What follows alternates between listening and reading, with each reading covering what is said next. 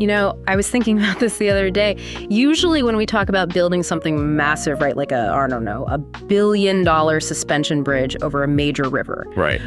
There is this universal expectation of just extreme visible rigor. You don't just pour the concrete, string up some steel cables, and then immediately wave a fleet of fully loaded semi-trucks onto the asphalt just to see if the whole thing holds together. Oh, yeah, definitely not. That would be a disaster. Right. You test the microtension in the steel, you measure the load-bearing capacity of the concrete while it cures, you run these insane wind shear simulations, and all of that happens before a single commuter ever even touches the road. Yeah, because if you wait until the bridge is actually built to find out if your math was wrong, the cost isn't just, a simple repair bill. It's catastrophic failure. You're basically forced to measure those abstract physical forces way before they become actual tangible financial liabilities. Exactly. And I look at the world of modern technology, specifically this hyper-accelerated AI infrastructure build-out that we are all living through right now. And it really feels like everyone is just staring at the semi-trucks. Yeah, just watching the traffic. Right. All the financial headlines, the retail investor hype on social media, it all focuses obsessively on the generative AI models, the consumer-facing apps, the shiny end products. We are watching hundreds of billions of dollars pour into physical data center infrastructure, and yet very few people are actually talking about the safety inspectors who ensure the concrete actually sets. And honestly, it is a massive blind spot for the average investor. In the technology hardware space, the safety inspectors hold the literal keys to the kingdom. I mean, deploying a multi-billion-dollar AI data center is, in every practical sense, building a digital suspension bridge. A very, very expensive bridge. Exactly. If the networking fabric drops data packets or, the optical transceivers overheat and just melt down, or even if the chips fail to synchronize their timing by a fraction of a millisecond, the entire multi-billion-dollar investment just grinds to a total halt. Which brings us to what we are doing today. Welcome to another deep dive. Today, we are putting on our Talk Tickers hats. We are stepping fully into that data-forward, opinionated, retail investor-focused format to decode one of the most complex but potentially rewarding corporate earnings calls hitting the market right now. Oh, this is a fun one. It really is. We are dissecting Keysight Technologies ticker symbol KYS, and we're looking at their fiscal second quarter 2026 report. Our mission today is to translate some incredibly dense Wall Street jargon and heavy electrical engineering mechanics into actionable, plain language insights for you. Which is such a crucial exercise for this specific company. Keysight operates as the ultimate picks and shovels play for the modern tech era. Yeah, give us a quick background on them. So they were actually founded way back in 1939 as part of Hewlett-Packard. They're headquartered out in Santa Rosa, California. And here is the absolute key to understanding them. They don't actually manufacture the AI chips.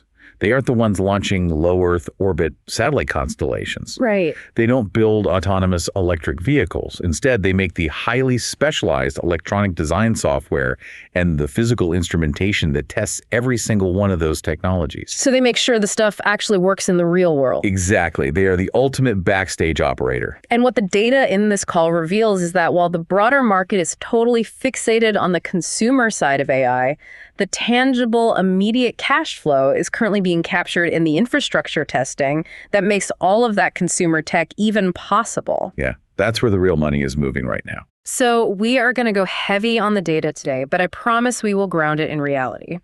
We're going to hit the 4 Talk Tickers pillars. We will look at the headline numbers, explore the physical stories driving those numbers, interpret management signals for the rest of the year, and finally, weigh the ultimate bottom line, the bull versus bear case for the stock. And the analytical stance we really need to take here is cutting through the surface level noise. Because, when you look at the raw financial data from this Q2 2026 call, it is staggering. But data without operational context can be dangerously misleading. Oh, absolutely. We have to understand the underlying mechanics of why the numbers look the way they do and what that tells us about this broader technological supercycle. Okay, let's jump straight into those headline numbers. Because these aren't just solid results, this was a historic, absolute monster of a beat. Satish Dhanasekaran, the president and CEO, opened the earnings call by stating flatly that this was the best quarter in the company's entire history. And the hard data absolutely backs that up. Let's look at the core metrics that should matter to any retail investor. Let's start with orders. This represents customers signing binding contracts for future delivery of equipment. Orders reached an all-time record of $2.051 billion. $2 billion in a single quarter. Yeah. That represents a 56% increase on a reported basis compared to the exact same quarter last year. That is massive. But wait, what about acquisitions? Does that number include companies they just bought? That's a great question. Even if we strip out the impact of recent acquisitions and, adjust for foreign currency fluctuations to look at purely organic core growth, orders were still up an astonishing 48%. A 48% organic jump in orders for an established multi-billion-dollar hardware company. That is frankly unheard of unless you are in the middle of a massive industry-wide supercycle. Right, you just don't see that in normal business conditions. And the actual revenue followed that trajectory too. They hit $1.717 billion in revenue, which is up 31% reported, or 24% on a core basis. Wow. And the profitability flowing from that revenue must have been equally aggressive. Oh, it was. GAAP earnings per share, or EPS, grew 69% year over year, hitting $2.87. 69% EPS growth. Okay. But perhaps the most vital metric for assessing the true financial health and operational efficiency of a business-free cash flow, it came in at a record $472 million. So that is pure, unencumbered cash entering the company's war chest after all the operational bills and capital expenditures have been paid? Exactly. Cash they could actually use. Now, if you're a retail investor just skimming the top-line summary on your brokerage app, you probably see those numbers and assume it was a perfectly clean quarter. Yeah, you'd think it was a straight line up.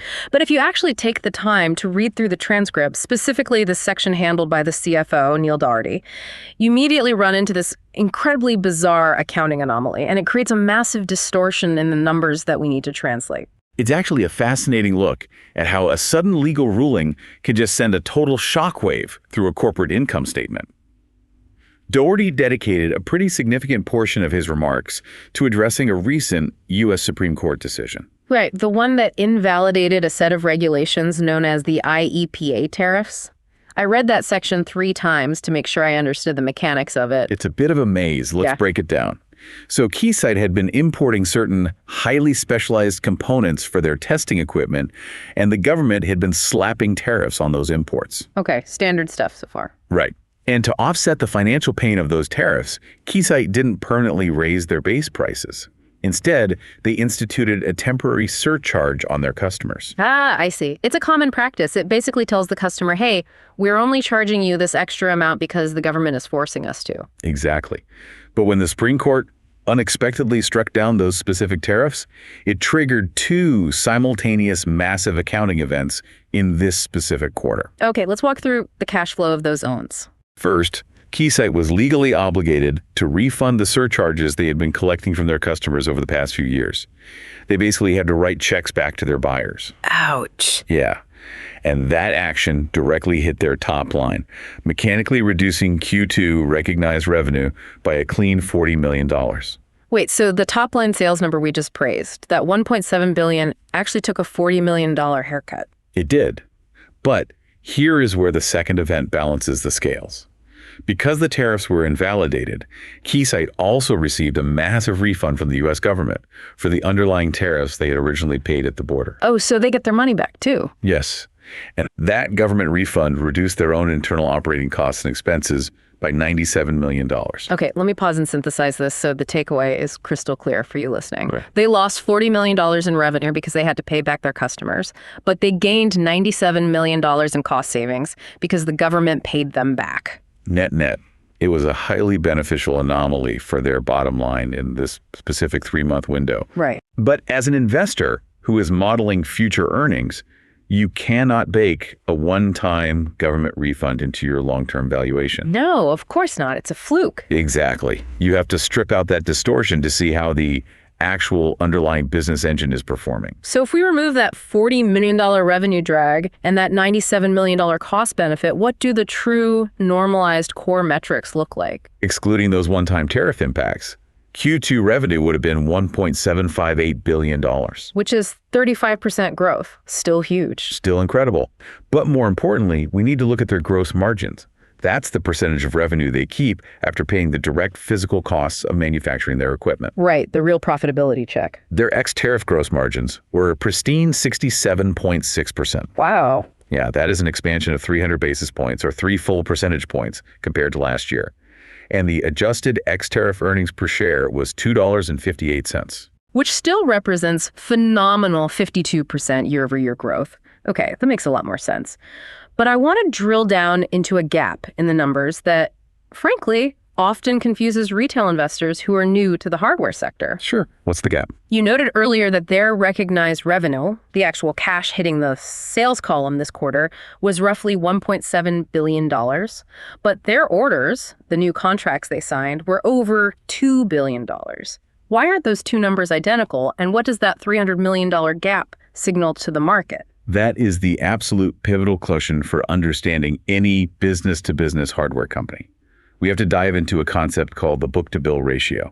It is arguably the most important metric for a company like Keysight. Okay, let's define the mechanics of it. How does it work? So in a complex manufacturing business, a booking or an order means a customer has signed a legally binding contract to purchase a piece of equipment. That is the book. Got it. The handshake and the contract. Right. However, accounting rules strictly dictate that the company cannot legally recognize that contract as revenue on their income statement until the physical product is actually manufactured, boxed up, shipped, and received by the customer. Ah, so that final delivery and invoicing process is the bill. Exactly. So the book-to-bill ratio is simply taking the new orders coming in the front door and dividing them by the finished products going out the back door. So if a company receives, say, $1 billion in new orders, and their factory manages to build and deliver $1 billion worth of products in that same 3-month period, their book-to-bill ratio is exactly 1.0. Correct. The business is in perfect equilibrium. But what if their factories are delivering more products than the sales team is bringing in? Then the ratio drops below 1.0, and that means their backlog of future work is shrinking, which is typically a flashing red light for future revenue growth. It means demand is drying up. Okay, but looking at Keysight's math this quarter, they booked $2.05 billion in orders and billed $1.71 billion in revenue. So doing the math, that means their book-to-bill ratio is sitting at roughly 1.2? Yes. And a ratio of 1.2 at this scale is a massive leading indicator of future strength. It tells the investor that customer demand is drastically outstripping Keysight's current physical capacity to manufacture the test equipment. They just can't build it fast enough. Exactly. They are stockpiling a massive backlog of guaranteed future revenue. During the Q&A portion of the earnings call, analyst Rob Mason actually highlighted this specifically. He pointed out that Wall Street consensus models assumed Keysight's book-to-bill would normalize closer to 1.0 this quarter. And management blew those institutional expectations completely out of the water. They really did. Which leads to what I think is the most actionable takeaway for you in this first section. When a company is growing its top-line revenue at 35%, the most important question an investor can ask is, how efficiently is that new money trickling down to the actual profits? Right, because top-line growth is useless if expenses grow faster. Exactly. And Neil Doherty dropped a statistic that completely changes the valuation math here. Keysight is currently operating with a 49% operating leverage. Now, operating leverage is the ultimate litmus test for management competency. It basically strips away all the marketing hype and answers one brutal question. Which is? For every single new dollar of revenue you generate above last year's baseline, how much of that specific dollar falls straight to the bottom line as operating profit? I always look at it like opening a restaurant. Yeah. If you open a second location and make an extra $1,000, but it costs you $900 in new rent, new ingredients, and new staff just to generate it, your operating leverage is terrible. You are essentially working twice as hard for pennies. That's a perfect analogy. Keysight's 49% operating leverage means that for every incremental new dollar of revenue they brought in this quarter, nearly 50 cents of it bypassed expenses entirely and landed in the operating profit column. 50 cents on the dollar. That is wild. It proves that their foundational fixed costs, the massive R&D facilities, the core engineering teams, the administrative overhead, those are already largely paid for by their baseline revenue. So as they scale up to meet this unprecedented $2 billion order book, they do not have to proportionally scale up their underlying expenses. The business model has crossed the threshold into a highly efficient cash-generating machine. Precisely. Okay, so the headline numbers are undeniably bulletproof. They have a massive beat on orders, incredible operating leverage, and a book-to-bill ratio that guarantees revenue visibility way into next year. But, as we know on Talk Tickers, raw numbers in a vacuum don't tell an investor why this demand suddenly materialized. No, they don't. That brings us to section 2, the core narrative driving the stock, the AI supercycle. And the management transcript is incredibly explicit about the catalyst here. Keysight's Communication Solutions Group, or CSG, houses their commercial communication segment. That group alone saw order growth of 35% year over year. Which is fantastic on its own. It is. But the truly staggering revelation came from CEO Satish Dhanasekaran when he isolated the AI-related wireline business specifically. Yeah, that data point genuinely made me do a double take when I read it. Me too. He stated that in just the first half of fiscal 2026, their AI-related business generated between $500 and $600 million in orders. $500 million in 6 months. Yes. To put that in perspective, in those 6 months, they eclipsed the total AI-related revenue they achieved in the entire 12 months of 2025. We are looking at an exponential demand curve. Without a doubt. During the analyst Q&A, Mehdi Hosseini tried to drill down into the competition of that $500 million. Satish explained that the demand isn't isolated to just one niche product. It is broad-based across the entire physical AI ecosystem. Right. He mentioned high-speed computing, dense networking fabrics, optical transceivers, complex interconnects, and of course, massive direct sales to the hyperscalers, the Amazons, Googles, and Microsofts of the world who are physically building these data centers. But to truly understand why a company like Microsoft is suddenly buying $500 million worth of specialized testing equipment from Keysight, we have to break down the actual physical realities of building an AI data center. Yes, and management outlined 4 key pillars of AI growth to explain this. Let's start with the first one, scaling. Okay, break that down for us. The fundamental issue here is the sheer, unprecedented complexity of modern AI infrastructure. Look, 5 years ago, a standard cloud data center was essentially just rows of standard commodity servers connected by standard Ethernet cables. It was simple, it was modular. Plug and play, basically. Exactly. Today, an AI training cluster is an incredibly dense, highly integrated supercomputer. You have GPUs handling the parallel math, traditional CPUs managing the operating systems, specialized DPUs, which are data processing units directing the massive network traffic. All of this alongside custom memory fabrics and massive switching arrays. I think the best way to visualize this for you listening is to imagine a hyper-optimized global supply chain. In a traditional data center, if one server goes down, the rest of the network just routes around it. It's like a pothole on a highway. It's annoying, but traffic keeps moving. Right. But an AI cluster acts like a perfectly synchronized global supply chain where parts arrive just in time. If one single node, say, one networking chip connecting 2 GPUs drops a packet of data or experiences a microsecond of latency, the entire supply chain backs up. Yep, the whole thing stalls. And the GPUs, which cost tens of thousands of dollars an hour to operate, they just sit idle waiting for that data to arrive. In AI training, idle GPU time is pure financial poison. That is the exact problem the industry is facing right now, and Keysight provides the diagnostic tools to prevent it.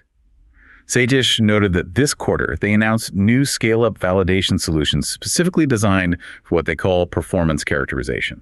Performance characterization? What does that actually mean in plain English? It basically means they are selling the end-to-end interoperability testing required to ensure that when a hyperscaler plugs an NVIDIA GPU into a Broadcom switch using a third-party optical cable, all of those disparate components actually speak the exact same protocol at the exact same microsecond. Without a single data collision. Exactly. Which brings us directly to the second pillar of their AI demand, speed transitions. Because the data isn't just getting more complex, the physical speed at which it has to move is rapidly approaching the limits of traditional physics. It really is. The telecom and networking industries are currently attempting to navigate overlapping, highly aggressive speed transitions. Right now, they are ripping and replacing infrastructure to deploy 800 gigabit networks. 800 gigabit. But while doing that, they are simultaneously accelerating the adoption of 1.6 terabit architectures. In Keysight, they are already selling the R&D testing equipment for 3.2 terabit technologies. Just to give you a sense of scale through those numbers, 1.6 terabits per second is the equivalent of downloading roughly 50,000 full-length, high-definition movies in a single second. It's almost incomprehensible. The physical physics of trying to push that volume of electrical signals through a copper wire are just mind-bending. And this is exactly where Keysight's competitive moat becomes incredibly visible to the market. At the recent optical fiber conference and at NVIDIA's massive GTC developer event, Keysight wasn't just walking the floor as an attendee. Right. They weren't just passing out business cards. Far from it. They were the foundational validation partner for the entire industry. They physically demonstrated their 1.6 terabit layer solutions alongside over 20 different industry leaders. Yeah, I read they collaborated directly with Broadcom to execute the industry's first public interoperability demonstration for data center scaling. That's right. Now, I also noticed a specific call-out in the transcript regarding a demonstration of the Ultra Ethernet Consortium specifications. What is the investor takeaway from that specific phrase? That's a really important one.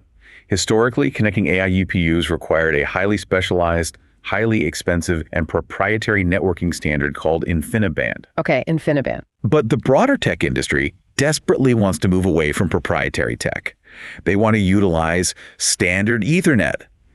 The same basic networking protocol used in your home Wi-Fi router. Because it's universally understood, cheaper, and way more flexible. Exactly. However, standard Ethernet was never designed for AI workloads. It routinely drops data packets when the network gets congested. So the major tech players formed the Ultra Ethernet Consortium to engineer a supercharged, lossless, AI-optimized version of Ethernet. And let me guess, Keysight is the company selling the testing equipment required to prove that this theoretical Ultra Ethernet actually functions in reality. Bingo. Before the hyperscalers commit billions of dollars to deploying it, they have to prove it works. That puts Keysight in an incredibly lucrative position. As an investor, you don't even have to guess whether InfiniBand or Ultra Ethernet wins the networking war. Keysight is selling the vital R&D equipment to both sides. It's the perfect hedge. All right, moving to the third pillar, photonics and co-packaged optics. Now, this sounds like pure science fiction, but it's actually solving a very real bottleneck. It is the absolute cutting edge of hardware physics. As we just discussed, the industry is trying to push 1.6 terabits of data per second. If you attempt to push that massive volume of data using traditional electrical signals over standard copper wire, you run into two insurmountable walls of physics. Right, heat and resistance. Exactly. Yeah. First, the electrical signal degrades heavily over very short distances due to resistance. Second, pushing that much electricity generates a massive amount of heat. And heat is the mortal enemy of a densely packed data center. Right. If things get too hot, components literally melt.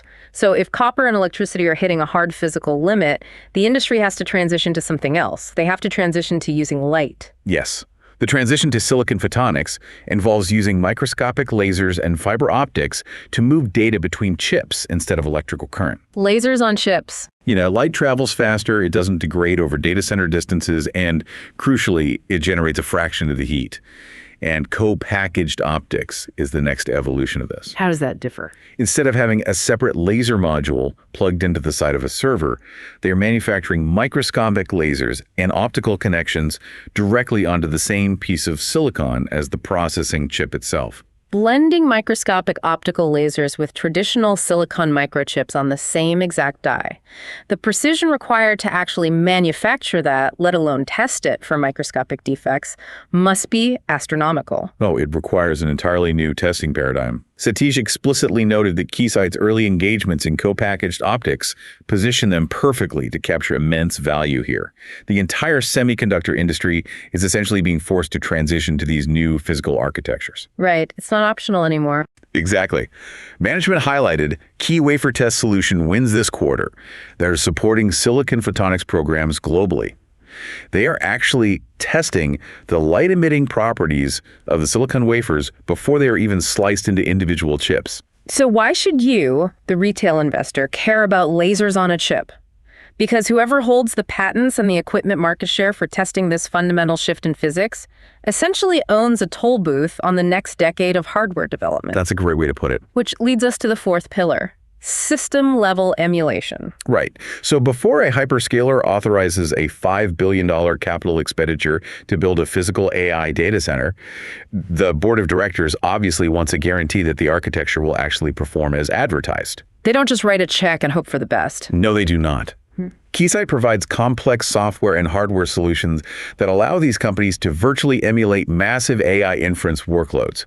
They essentially build a digital twin of the proposed data center. A digital twin. Yeah, to benchmark its capabilities at full scale without buying a single physical server. Satish announced the release of the Keysight AI Inference Builder this quarter specifically to capture this demand. So they basically help customers optimize their GPU utilization virtually, solving complex system bottlenecks and security vulnerabilities entirely in software before a single brick is laid. Exactly. Okay, let me stop and push back on the reality of this timeline for a second. Because hearing about silicon photonics, 3.2 terabit speeds, and digital twins, it all sounds incredibly futuristic. It does sound pretty sci-fi. Is this all just an R&D science project right now? I mean, is Keysight simply selling a few multi-million-dollar test boxes to a handful of PhDs in a basement lab? Or is this equipment actually hitting high-volume factory floors? That is the exact dynamic that analyst Meta Marshall from Morgan Stanley zeroed in on during the Q&A. She asked management to clarify the revenue blend between R&D lab sales and high-volume production sales. And what did they say? Satish provided a very revealing answer. Historically, in the wireline communication business, Keysight's revenue was heavily skewed toward R&D. But currently, the split has shifted to roughly 70% R&D and 30% manufacturing. 30% manufacturing is a massive chunk of revenue when we are talking about highly complex, six-figure test gear. It is. And the crucial detail, Satish added, is that both the R&D segment and the manufacturing segment of the business literally doubled in the first half of the year. Wow. So the manufacturing testing side is scaling just as aggressively as the initial design side. Yeah, the economic logic driving that manufacturing growth is pure risk management.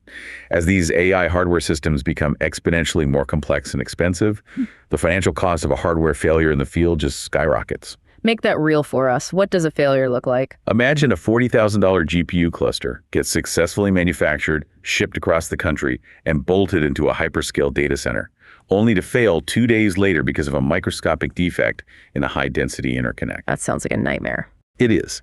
The labor cost to identify the failure, rip the server out of the rack, replace it, and troubleshoot the broken unit completely destroys the profit margin. Therefore, manufacturers are being forced by their customers to invest drastically more capital into deep manufacturing validation.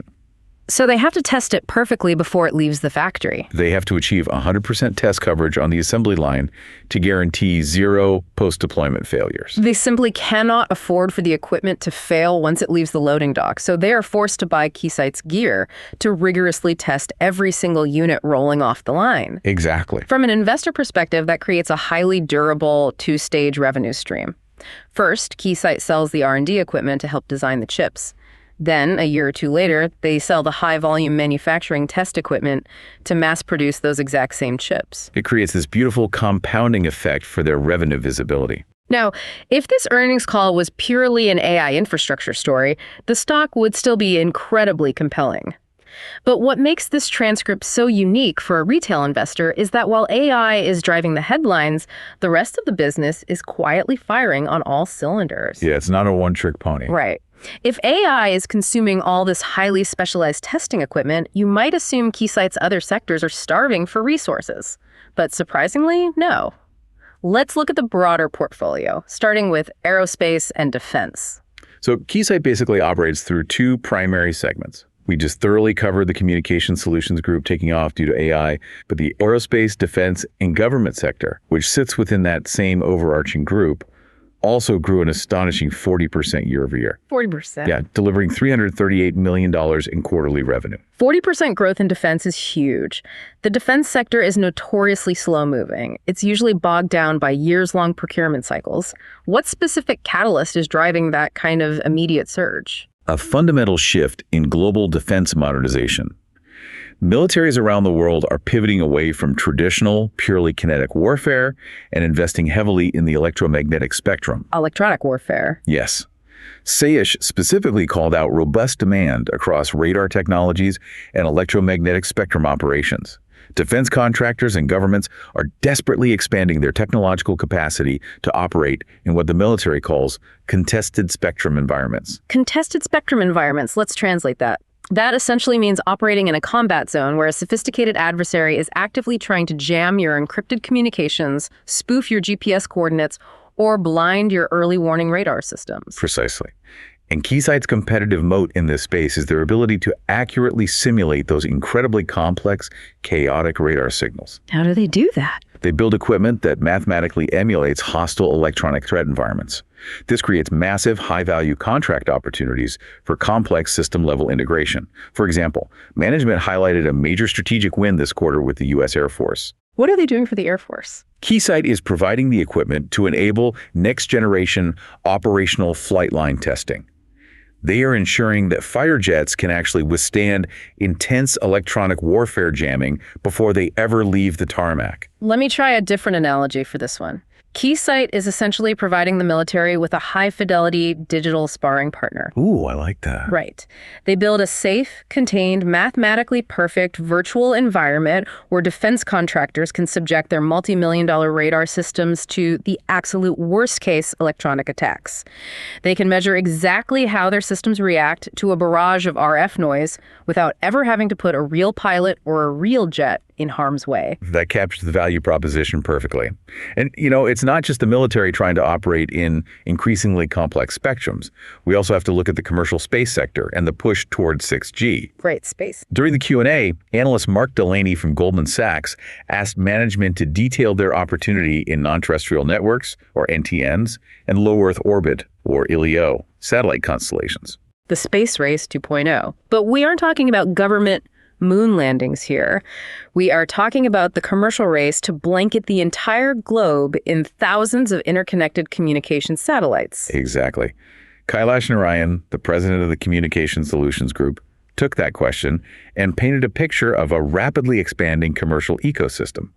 He explicitly pointed to the mega constellations currently scaling their deployments right now. Like who? Amazon's Project Kuiper, Globalstar, SpaceX's Starlink, and AST Space Mobile. But what exactly do these massive satellite companies need to buy from Keysight? Why can't they just use standard telecom testing gear that they already use on Earth?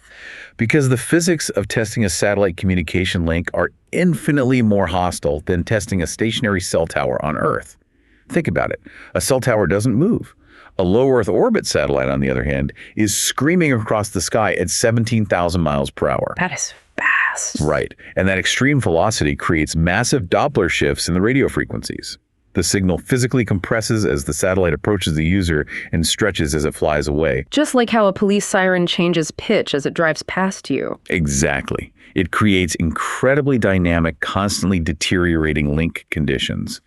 And to make it even more complex, the telecom industry is currently targeting direct-to-cell deployments. Wait, meaning what?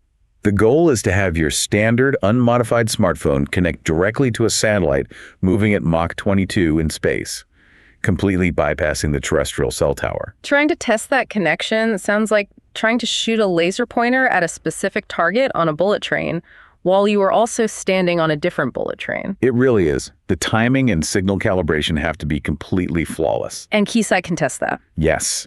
They have strategically positioned themselves to own this exact testing market through a mix of heavy internal R&D and targeted M&A. They actually recently acquired a highly specialized company called Spirent, which dominates the market in PNT positioning, navigation, and timing solutions. So they buy the experts? Right. By integrating Spirent's PNT expertise with Keysight's existing orbit emulation hardware, they can provide these satellite companies with a completely differentiated end-to-end validation platform. So they can simulate the whole thing end-to-end. They can simultaneously emulate the terrestrial network, emulate the smartphone on the ground, and mathematically emulate the Doppler physics of the orbit itself. It's that digital sparring partner concept again, but applied to the vacuum of space. So we've got AI exploding, we've got defense upgrading their electronic warfare capabilities, and we've got the commercial space race taking off. But there is an entirely separate half of the company we haven't even analyzed yet. The Electronic Industrial Solutions Group, or EISG. Right. How do they do? Well, EISG quietly delivered a record-breaking quarter of its own. They posted all-time highs for both orders and revenue, growing 24% year over year to hit $486 million. That's solid. Management noted this growth was incredibly broad-based across general electronics, the semiconductor rebound, and even automotive and energy applications. Let's break those drivers down for the investor. What exactly is driving the surge in general electronics? It sounds so vague. A major underlying driver is the massive shift toward high-performance printed circuit boards, or PCBs.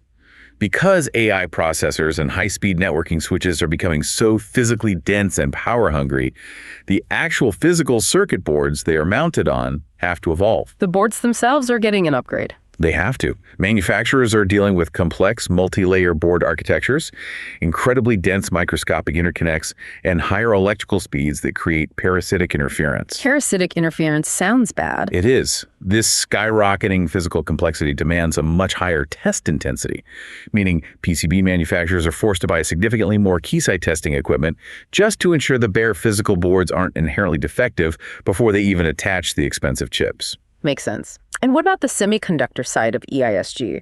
The broader semiconductor market just went through a brutal, multi-year cyclical downturn. Is Keysight seeing a legitimate rebound there? The transcript points to a very strong rebound. And again, it is heavily fueled by the halo effect of the AI ecosystem. AI really is touching everything. It is.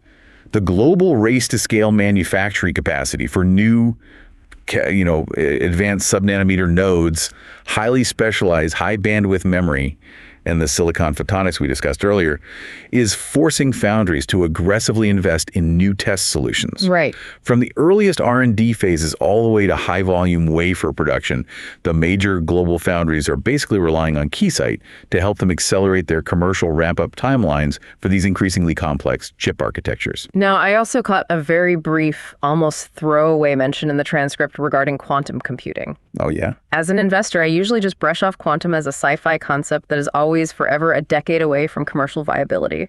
Should we pay attention to it here? It is certainly a long-term macro trend, but analyst Atif Malek from Citi specifically pressed management on it during the Q&A. He noted that the deployment timelines for quantum technology, particularly within the defense and intelligence communities, seem to be aggressively accelerating right now. Interesting. Yeah, and Satish revealed a surprising operational detail.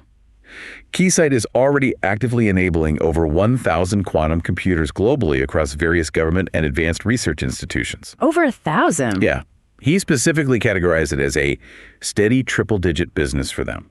Wait, a steady triple-digit business, meaning that specific segment is growing at over 100% a year. Yes, exactly. Albeit growing from a relatively small baseline compared to their AI revenue, obviously. Sure. But the strategic takeaway is that Keysight is already cementing its position as the go-to testing provider for the hybrid compute architectures of the future. The real-world application of quantum computing will likely involve quantum processors interfacing directly with traditional CPUs and GPUs.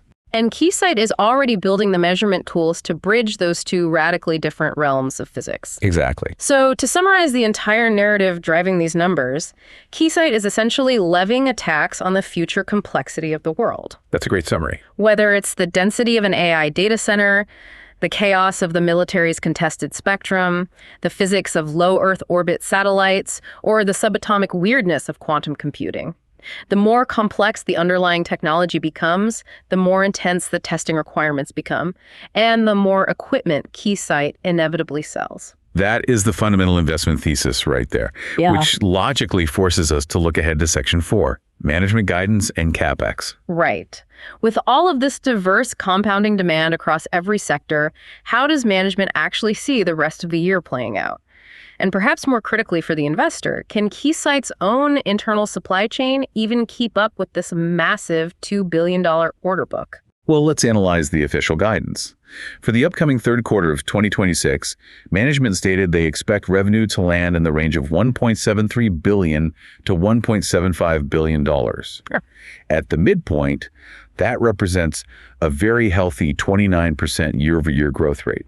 And they expect Q3 EPS to fall between $2.43 and $2.49, which translates to roughly 43% year-over-year bottom line growth. Now, during the Q&A, Andrew Spinella from UBS did exactly what a smart retail investor should do. He looked at the sequence of the number. Yes, he did. He pointed out that this Q3 revenue guidance of roughly $1.74 billion is essentially flat, or even slightly down compared to the massive $1.758 billion ex-tariff revenue they just posted in Q2. Right, the sequential growth looked flat. He directly asked management if this flat guidance implied a sequential decline in the underlying demand of the business. Because it's the obvious question. If the sales team just booked $2 billion in new orders, why isn't Q3 revenue guided up to $1.9 billion? Where's the bottleneck? It's a totally fair question. And both Neil Dougherty and Satish provided crucial operational context to address that exact concern. It is absolutely not a drop in customer demand. Rather, it is a structural reality of manufacturing timing and product mix. What does product mix have to do with it? Keysight has built a massive backlog in their AI business, and many of the specific orders they received this quarter, particularly in the aerospace, defense, and complex semiconductor segments, are for massive, highly customized systems that inherently require much longer manufacturing lead times. Right. You can't just pull a customized multi-million-dollar satellite orbit emulation rig off a warehouse shelf and ship it via FedEx the next afternoon. These are complex builds. Exactly. They take time. Satish noted that the pace at which they can legally recognize revenue is heavily influenced by how quickly their factories can ramp up the physical production on what they call new product introductions, or NPIs. So they just need time to build the new stuff. Yeah. However, despite the flat sequential Q3 guide, management was extremely bullish about the full year. Given the massive outperformance of the first half, they officially raised their full year 2026 revenue growth expectations to the high 20% range. Which is fantastic. Furthermore, Doherty noted that based on their current order visibility, they expect to see a historically typical, robust sequential revenue increase heading into the fiscal fourth quarter. But the single most important number in this entire section, and if we are fully embracing our opinionated talk tickers format, the most violently bullish signal of the entire earnings call is the CapEx raise. I completely agree. Let's look at that specific data point. Management announced they are officially increasing their internal capital expenditures, their CapEx for fiscal 2026, from an initially planned $160 million up to $200 million. That is a 25% increase in their own internal corporate spending. I want to linger on this point because it's vital for retail investors to grasp. It's huge. Why is a company choosing to spend more of its own money considered a bullish signal? Usually, investors want companies to cut costs, not increase spending. It entirely depends on what the capital is being deployed to build. When a highly disciplined company like Keysight raises CapEx by $40 million mid-year, they aren't, renovating the executive suites or buying nicer office furniture. Yeah. They are aggressively expanding their own physical manufacturing footprint. Neil Doherty explicitly stated that they have a handful of newly introduced products enabling the AI build-out that are currently experiencing an unprecedented ramp in customer demand following their introduction. So they need more factories. Exactly. Yeah. The vast majority of that incremental $40 million investment is being deployed immediately to build new factory lines to ramp up the production capacity of these specific AI testers. It is the ultimate put your money where your mouth is indicator for an investor. A management team does not sink an extra $40 million into permanent factory capacity unless they have absolute ironclad visibility into future customer orders that guarantee a high return on that invested capital. They know the orders are coming. Right. They chose to build factories rather than use that $40 million for stock buybacks because the ROI on AI testing equipment is just higher. It completely validates the underlying strength of the $2 billion order book we discussed earlier. But this aggressive expansion plan raises a massive secondary question, which analyst Matt Nickman from Truist astutely brought up during the Q&A. What did he ask? If Keysight is trying to ramp up their own manufacturing capacity this aggressively, are they vulnerable to the same supply chain bottlenecks crippling the rest of the tech sector? Right. Specifically, are they exposed to the massive cost inflation and severe shortages we are currently seeing in high bandwidth memory chips? That is a very real downside risk. If Keysight has $2 billion in orders, but they can't physically source the silicon components required to build the testing rigs, they can't ship the product, and they can't recognize the revenue. But Doherty's response highlighted a massive, often overlooked structural advantage for Keysight. First, he noted that memory chips make up a very negligible portion of their overall bill of materials. Okay. That's good. Yeah, they have proportionally zero exposure to the specific leading-edge, high-bandwidth memory that is currently bottlenecking the broader AI market. But what about the actual processing chips inside their testers? If they aren't bottlenecked by memory, are they bottlenecked by TSMC's foundry capacity like everyone else? This is the real aha moment for the long-term investor. Keysight is highly vertically integrated. Meaning they build it themselves. Yes. While they do obviously purchase standard commodity components from outside third parties, a significant portion of the highly specialized, high-performance silicon chips and microassemblies that power their elite test equipment are designed, fabricated, and manufactured entirely in-house by Keysight themselves. They make their own chips. They aren't sitting on a massive wait list begging TSMC for foundry time. They actually fabricate their own secret sauce internally at their own specialized foundries. I want to stop and highlight that. In an era where literally every major tech company on Earth is entirely reliant on a single supply chain choke point in Taiwan to manufacture their advanced chips, Keysight maintains its own specialized fabrication capacity. It's incredibly rare. That gives them a unique, highly defensive level of control over their supply chain destiny, and it perfectly explains how they managed to maintain those pristine 67.6% gross margins despite global inflation. It is a massive competitive moat. And before we move to the final bottom line analysis, we should briefly touch on their M&A strategy because it highlights how they are expanding that moat into software. Right. You mentioned the Spirent Space acquisition earlier, but management also spent time discussing the integration of their recent Synopsys and Ansys acquisitions. Yeah, the transcript treated that almost as an afterthought, but it represents a massive chunk of change. What do those two companies actually do? Synopsys and Ansys are titans in electronic design automation, or EDA, and complex engineering simulation software. Doherty confirmed on the call that the integration of these massive acquisitions is tracking perfectly. Numbers-wise, what are we looking at? Keysight continues to expect $375 million in fiscal 2026 revenue strictly generated from those software acquisitions. Furthermore, they are on track to realize greater than $100 million in cost synergies and operational efficiencies, with about 80% of those synergies realized on a run rate basis by the time they exit this fiscal year. But wait, why did a hardware testing company buy software simulation companies? What is the strategic synergy for the investor? It creates a closed-loop ecosystem. Previously, a chip designer would use ANSI software to simulate a new chip architecture virtually. Then, they would physically manufacture a prototype and use Keysight hardware to test if the physical chip matched the software simulation. Ah, I see where this is going. Right. By owning both the software and the hardware, Keysight now controls the entire life cycle. The customer designs the chip on Keysight software, simulates it on Keysight software, and physically tests it on Keysight hardware. It traps the customer inside the Keysight ecosystem from the first line of code to the final factory rollout. Exactly. It's brilliant. Okay, we have covered an immense amount of ground today. We decoded the bizarre tariff accounting anomaly. We broke down the physics of the 1.6 terabit AI supercycle. We explored the defense and space sectors, and we analyzed the incredibly bullish CapEx signal. It's been a busy call. It has. Now it is time for Section 5. Time to synthesize this data into a clear, actionable stance for the retail investor. Let's execute a classic bull versus bear breakdown. What is the overarching fundamental bull case for holding Keysight stock? The bull case rests on one incredibly powerful concept.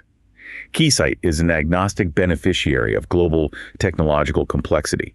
Think about the vicious, multi-trillion-dollar battles currently raging across the tech sector. The platform wars. Right. Which hyperscaler will ultimately win the AI cloud computing war? Will it be Amazon, Microsoft, or Google? Which semiconductor foundry will dominate the next generation 2-nanometer manufacturing node? TSMC, Intel, or Samsung? And which satellite mega-constellation will ultimately win the low Earth orbit communication race? It is nearly impossible for a retail investor to accurately pick the long-term winner in any of those specific hyper-competitive races. The technological landscape shifts radically every single quarter. It does. But the beauty of Keysight's position is that for them, it simply doesn't matter who wins, because every single one of those companies, across every single one of those sectors, is forced to purchase high-fidelity testing and measurement equipment just to compete. By investing in Keysight, you are making a risky bet on a specific AI software model or a specific GPU hardware architecture. You are betting on the fundamental, undeniable premise that global technology will aggressively continue to get faster, denser, and exponentially more complex.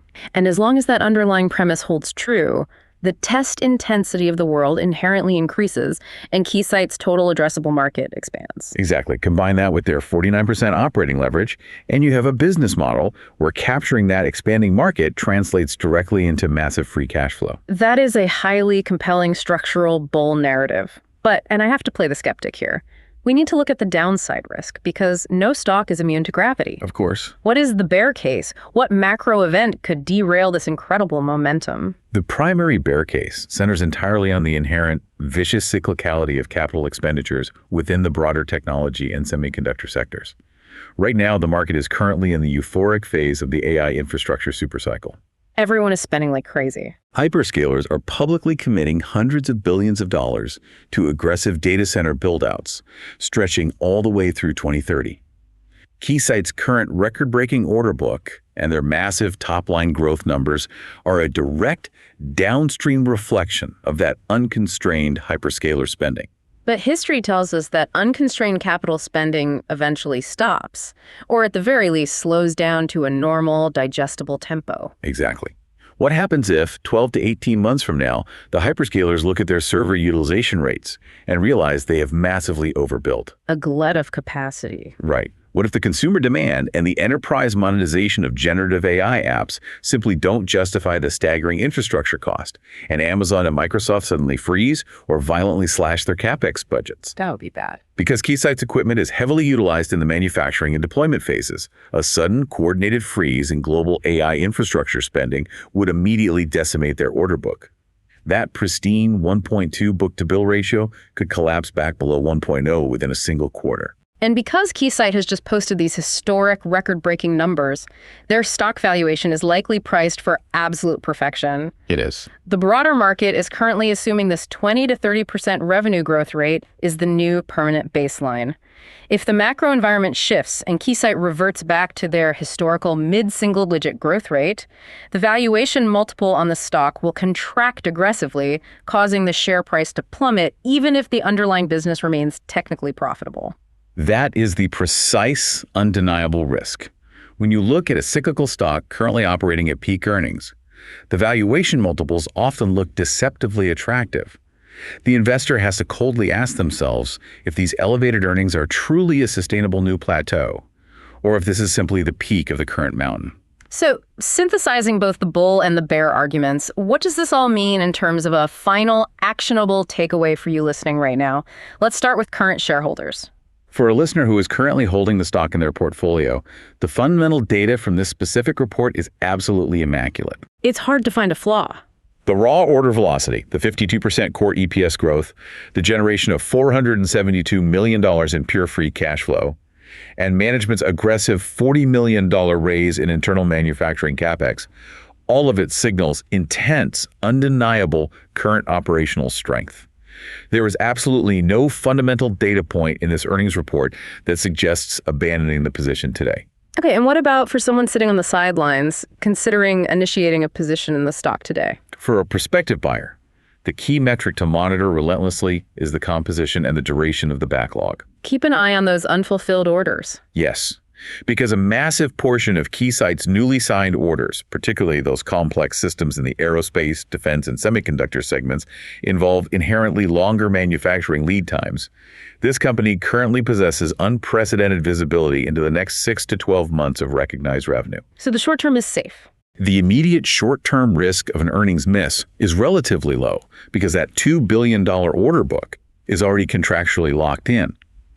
However, the prospective buyer must remain hyper-vigilant and monitor the broader macroeconomic signals coming directly from the hyperscalers. Right. If the major cloud providers signal even a slight slowdown in their own forward-looking capital spending guidance, Keysight will eventually, inevitably, feel the secondary impact of that contraction. It is all a deeply interconnected web. You really can't analyze Keysight in a vacuum. No, you can't. It requires a fundamental mindset shift for the retail investor. If you own Keysight, you don't just read Keysight's earnings transcripts. Who else do you read? You have to read NVIDIA's, you have to read Broadcom's, you have to read Microsoft's, because the capital those massive companies deploy is the raw fuel that ultimately powers Keysight's revenue engine. That makes total sense. Before we wrap up our deep dive today, I want to leave you with a final, broader concept to mull over. A provocative thought that builds on the physical realities we've discussed today, but looks slightly further over the horizon. Let's hear it. We spent a significant amount of time breaking down 1.6 terabit speeds, silicon photonics, and hybrid quantum computers. The underlying theme of all of those technologies is that we are rapidly approaching the literal hard physical limits of how much raw data can be pushed through a traditional copper wire or a standard piece of silicon. We are hitting the wall. Yep. The foundational laws of physics are rapidly replacing software limitations as the primary bottleneck to technological human progress. Right. And as the entire global technology apparatus is violently forced to move toward these entirely new physical paradigms, using microscopic laser and light instead of electrical current, using subatomic quantum states instead of binary code, the very definition of what constitutes a measurement fundamentally changes. Oh, absolutely. The old rulers don't work anymore. Exactly. And the companies that successfully engineer how to measure and test these abstract quantum physical properties will effectively become the gatekeepers of the next industrial revolution. That's a profound way to look at it. I mean, how much power does a single corporate entity hold when they are the ones writing the literal mathematical rule book for testing reality? It is a massive philosophical and financial question. Yeah. I mean, if your company invents the ruler, you define the dimensions of the universe everyone else is trying to build. That is a perfect place to end. Think about that suspension bridge analogy from earlier. We are all so mesmerized by the shiny new AI trucks driving across the digital bridge, we rarely stop to think about the invisible tension buried deep in the steel cables. Keysight is measuring the tension. They are ensuring the bridge doesn't collapse under the immense weight of the future. Thank you for joining us on this deep dive. Keep reading those transcripts. Keep translating the heavy jargon into plain language. Keep questioning the complex numbers behind the simple narratives, and we will catch you next time.